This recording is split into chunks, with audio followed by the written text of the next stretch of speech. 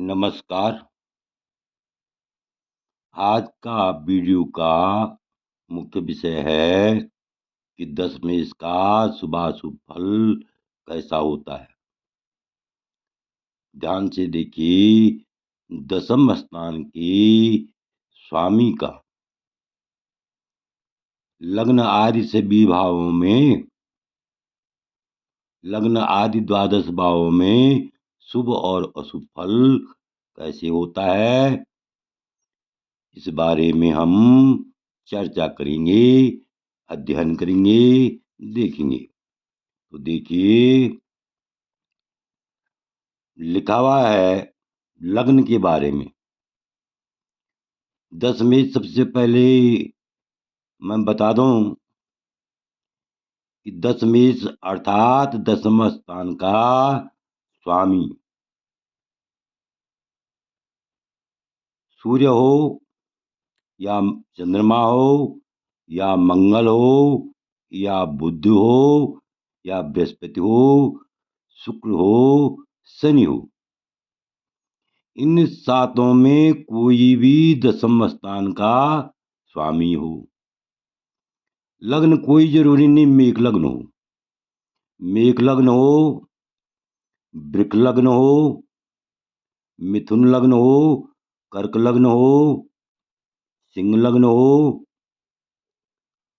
कन्या लग्न हो, तुला लग्न हो, वृश्चिक लग्न हो या धनु लग्न हो या मकर लग्न हो या कुंभ लग्न हो या मीन लग्न हो। लग्न कोई भी हो सकता है, 1 से द्वादश तक का कोई भी अंक यहाँ पर हो सकता है, लेकिन स्थान तो यही रहेंगे। यदि यहाँ पर सूर्य भी है तब भी स्थान द्वितीय यही माना जाएगा। यदि यहाँ पर जो है सूर्य भी है तब भी स्थान द्वितीय यही माना जाएगा, और यदि चंद्रमा भी है तो स्थान ही माना जाएगा, तृतीय स्थान। इसी प्रकार यदि कोई भी हो, चतुर्थ स्थान यही माना जाएगा, पंचम यही माना जाएगा, षष्ठ यही माना जाएगा, सप्तम यही माना जाएगा, अष्टम यही माना जाएगा, नवम यही माना जाएगा, दसम यही माना जाएगा, और एकादश यही माना जाएगा, और द्वादश यही माना जाएगा। तो अब आप समझ गए होंगे। तो दसम स्थान कौन सा है हमारा? दसम स्थान हमारा ये है। तो यहाँ चाहे सूर्य हो, चंद्रमा हो, मंगल हो, बुध, बृहस्पति, शुक्र, शनि जो भी हो, लेकिन दशमेश दसम स्थान का स्वामी माना यहाँ पर क्या है? बृहस्पति है या शुक्र है। तो इसका बृहस्पति का स्वामी उदाहरण के लिए माना यहाँ पर बृहस्पति है।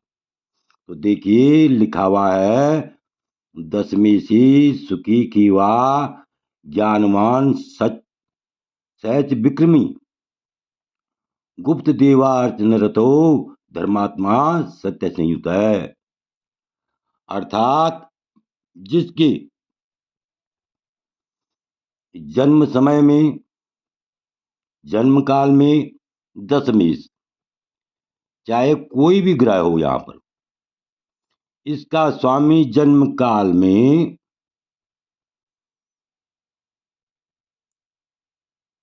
चतुर्थ स्थान में बैठा हुआ हो।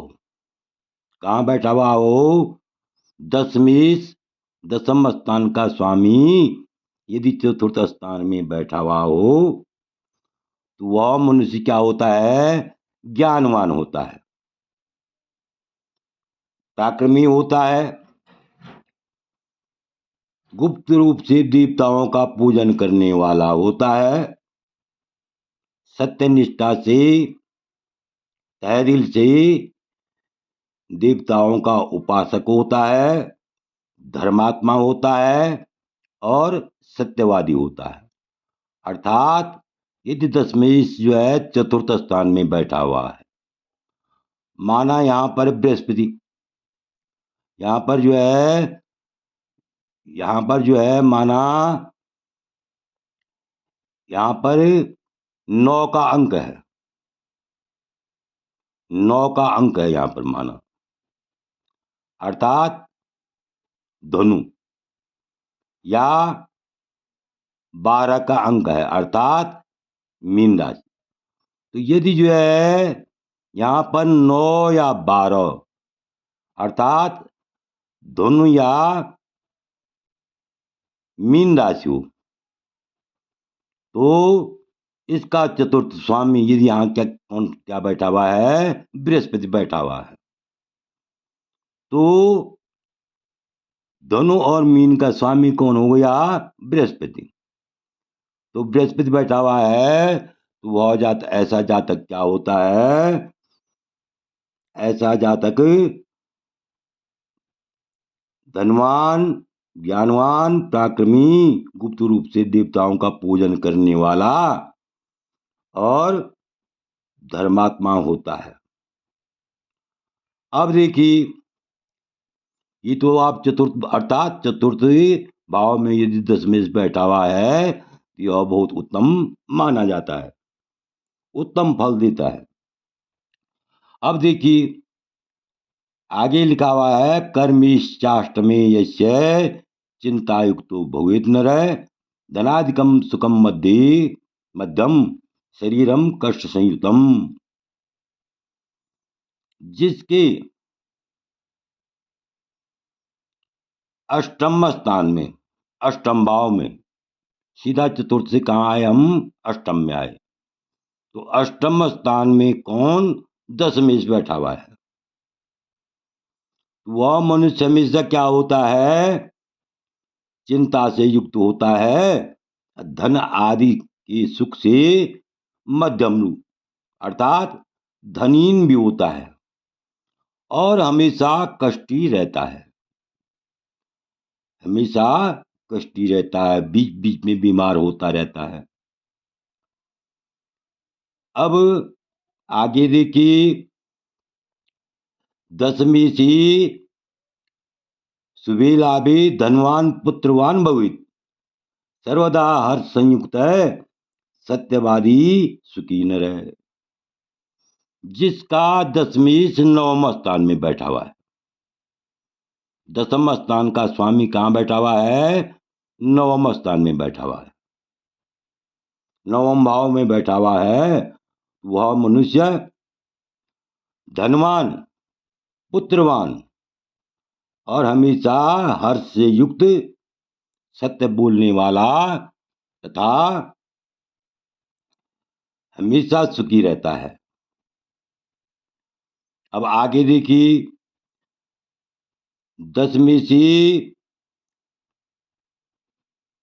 कर्मिषि तनयिक षष्ठी धर्म कर्म तत्पर द्विदेवेश भक्ति तीर्थ योग तत्पर।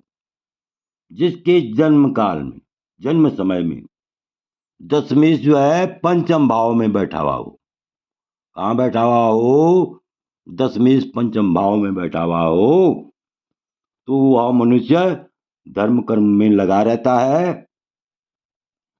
तथा देव ब्राह्मणों में भक्ति करने वाला होता है, तीर्थ स्थान में भक्ति रखने वाला होता है, तीर्थ यात्रा करने में उसकी अधिक रुचि होती है। इस प्रकार से दशमेश यदि पंचम स्थान में बैठा हुआ हो, तो इस प्रकार का शुभ फल होता है। अभी तक आपने देखा चतुर्थ स्थान का फल जो है उत्तम माना गया है, नवम का उत्तम माना गया है और पंचम का उत्तम माना गया है और अष्टम का कष्टी माना गया है। आगे देखिए, जिस जातक के जन्म काल में दशमेश द्वादश भाव में बैठा हुआ हो, अब यहाँ कैसे हुआ, द्वादश भाव में बैठा हुआ हो, तो वह मनुष्य द्वादश भाव में बैठा हुआ है, तो वह मनुष्य हमेशा शत्रुओं से पीड़ित, उसके दुश्मन अधिक होते हैं, बिना बात के दुश्मन होते हैं। चतुर होता है, विद्यक वह बहुत बुद्धिमान होता है, लेकिन सुख से रहित होता है, इस प्रकार से अष्टम और द्वादश दशमेश उत्तम नहीं माना गया है। अब आगे देखिए, जिस जातक के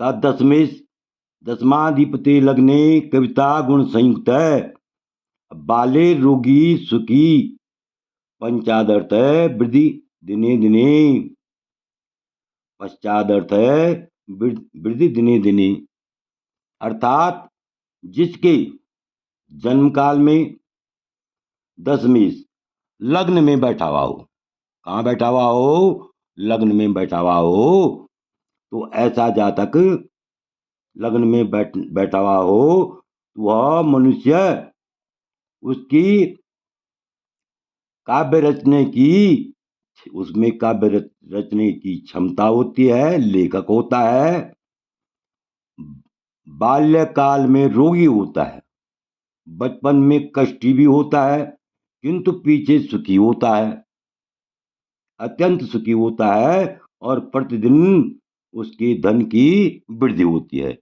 इस प्रकार से दशमेश लग्न में होना बहुत उत्तम माना गया है।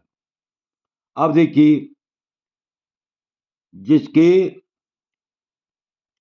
धने मदे सहजे कर्मेशु यदि संस्थित ममस्वी गुणवान वाग्मी सत्य धर्म समन्वित, जिस व्यक्ति का जन्म समय में दशमेश कहाँ हो, द्वितीय स्थान में हो, या तृतीय द्वितीय स्थान में हो, या तृतीय स्थान में हो, या सप्तम भाव में हो, या सप्तम भाव में हो, तो वह मनुष्य गुणवान, यशस्वी, वक्ता, सत्य और धर्म से युक्त होता है, सत्य और धर्म से युक्त होता है।